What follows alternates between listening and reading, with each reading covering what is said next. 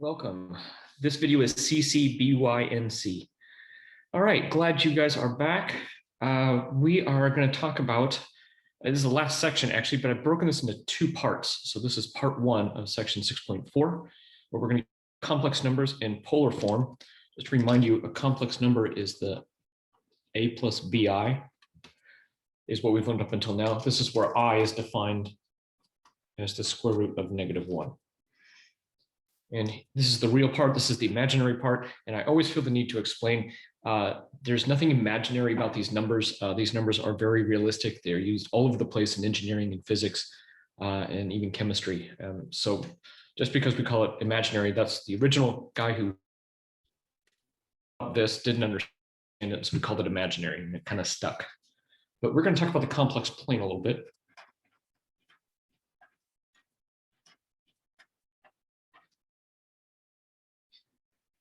And it consists of the imaginary part, imaginary axis, and the real axis. And you can see we can kind of write it in terms of Cartesian coordinates, and we can see that z is, in this case, I labeled this x and y, so this is going to be x plus yi. Same as a plus bi, means the same thing. And what I wanted to do was contrast viewing it like this and take a look at what it like we're here, where this is the magnitude of z, and I'll talk about that in a second. This is the angle. So we can actually come up with a new way of doing this. This is called the magnitude of z, and we denoted that like that. And when we talk about complex numbers written in standard form, that is when we're in the x plus yi form, we call this rectangular, as I mentioned before, rectangular or Cartesian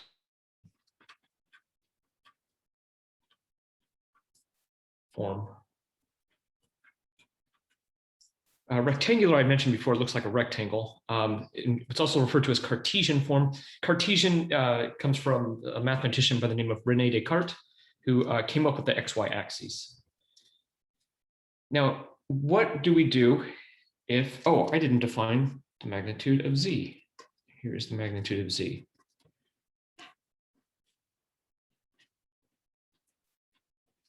And you can see that this is just the Pythagorean theorem as we're looking at that.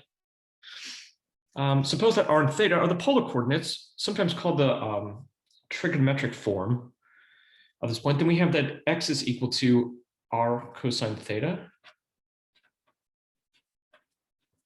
and y is r sine theta. And I want to define that a little bit better. So I have this here. I'm going to call this r. You can see it's the same as the magnitude of z, means the same thing. And we will define it as such as well. And we have our theta. And you can see, once again, that, and this is y, this is x. So we can see that the cosine of theta is x over r, and that gives us that formula. And the sine of theta equals y over r. That's where we get this from. We can also see that we end up with the tangent of theta is y over x. These are not new formulas. These are all things that we've used before. And of course, x squared plus y squared equals r squared when we're dealing with this here, where r is the magnitude of z. Well, what we can do now is we can rewrite our complex number from a plus bi, or x plus yi, it's the same, is now going to be, I'm going to replace x with r cosine theta,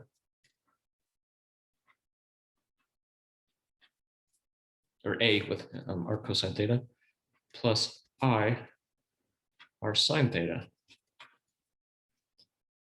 And we rewrite this as r cosine theta plus I sine theta. This is our complex form.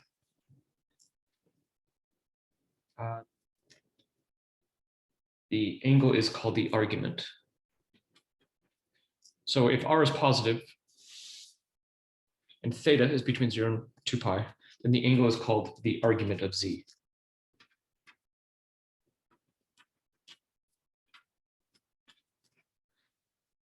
And before we get into an example, occasionally this is abbreviated.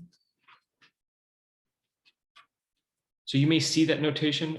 In general, math teachers don't like to write it that way. We like to write it out properly, but you may see that occasion. Okay, so let's just take a few minutes and convert between one form and the other using our conversions here.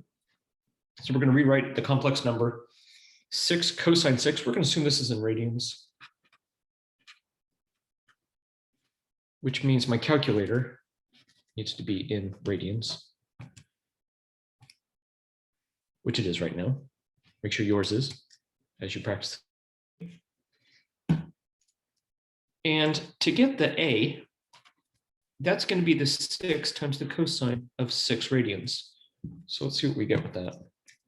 6 times the cosine of 6 radians, kind of a weird problem. 5.76.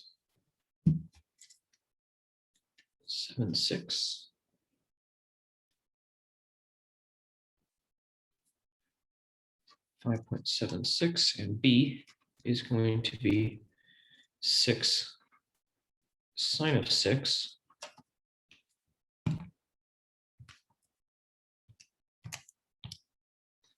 negative 1.67.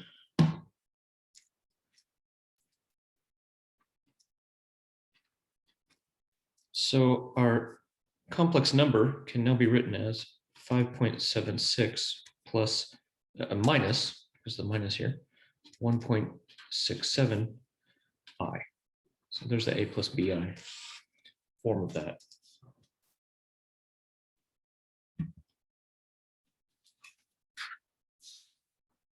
Let's do it again. Now we're going to write the numbers that are in Cartesian coordinates into polar coordinates. Well, r for this one is going to be the square root of 2 squared plus negative 4 squared.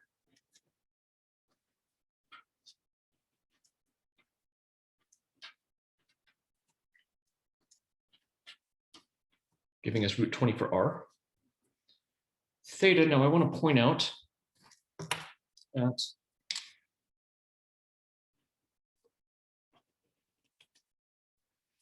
so this is the imaginary, this is the real. And so we're going 2, 1, 2, and negative 4, 1, 2, 3, 4. And you'll note that we were in quadrant 4. And we specifically want to be in radians between 0 and 2 pi.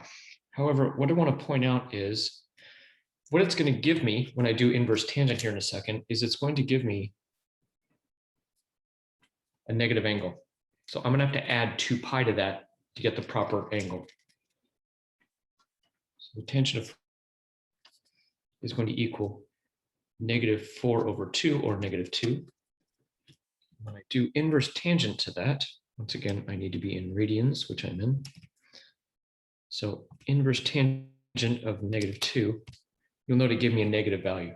So I need to add 2 pi to that to get it between 0 and 2 pi. So plus 2 pi. Here. Theta is about 5.176. So our number, 2 minus 4i, can now be written as 2 root 5 of the cosine 5.176 plus I sine of 5.176. There it is.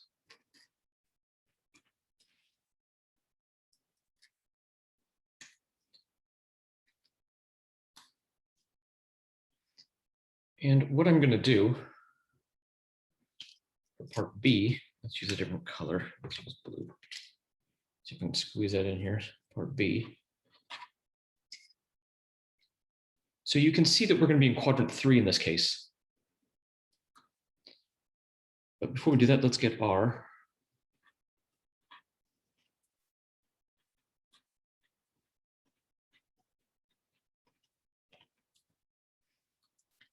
And that's 9 plus 25.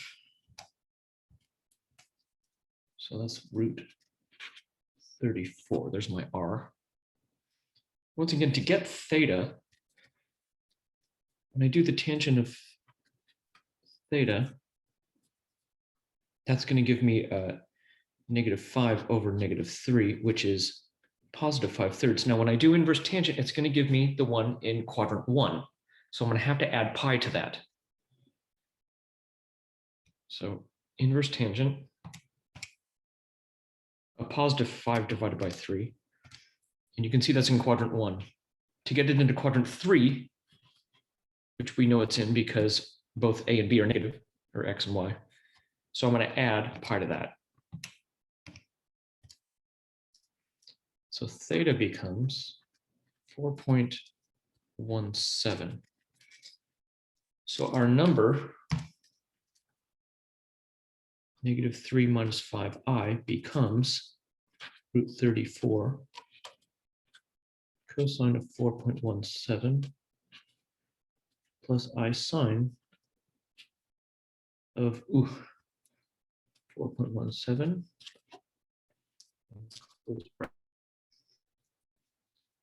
It's not too bad. Make sure you're in the right mode with your calculator. You're in radian mode as you're doing this. All right, now for the last part, we have product and quotient. This is the last part of part 1 of this section.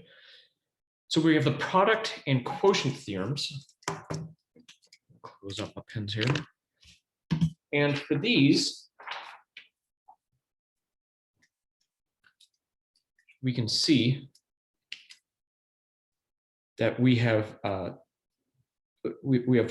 2 points here, and when we divide, we end up subtracting. I'll get that. Let's start here with the multiplication. So if I have 2 complex numbers written in polar form or trigonometric form, you'll hear it both ways. Then the product is going to be r sub 1 times r sub 2. The cosine of theta sub 1 plus theta sub 2 plus I sine theta sub 1 plus theta sub 2.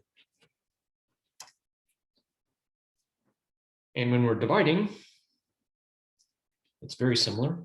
We get r sub 1 over r sub 2 times the cosine of theta sub 1 minus theta sub 2. So now we're subtracting, plus I sine theta sub 1 minus theta sub 2.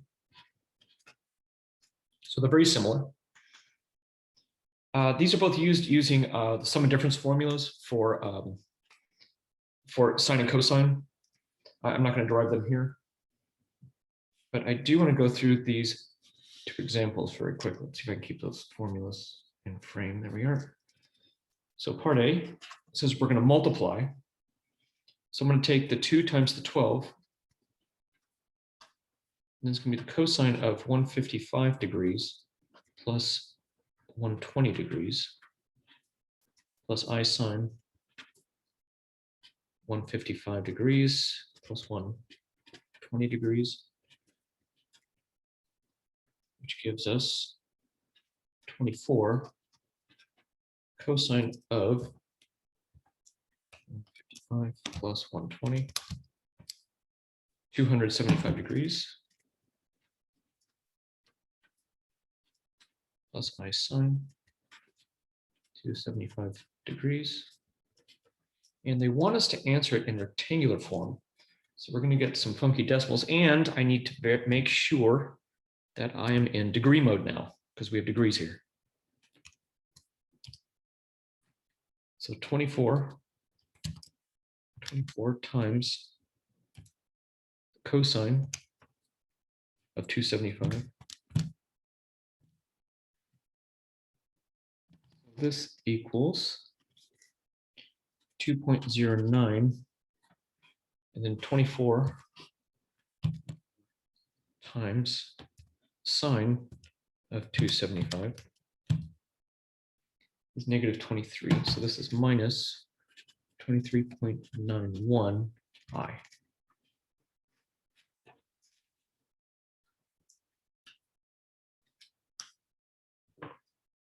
And for the last part, we're going to do a division.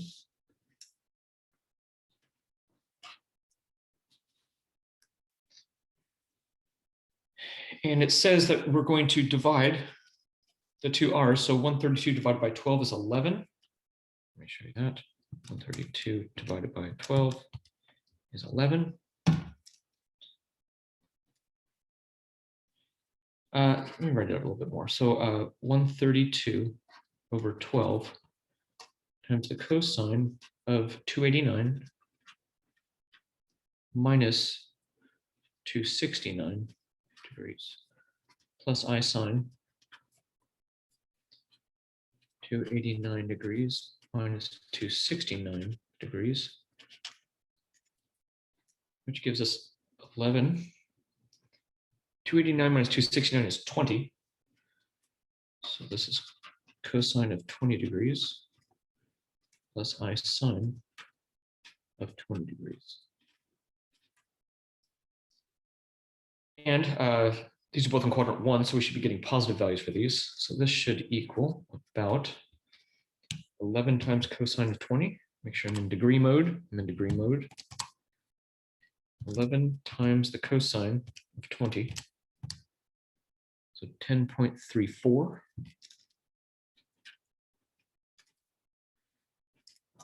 Plus, and now it's going to be 11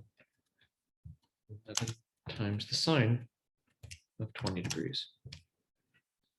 3.76.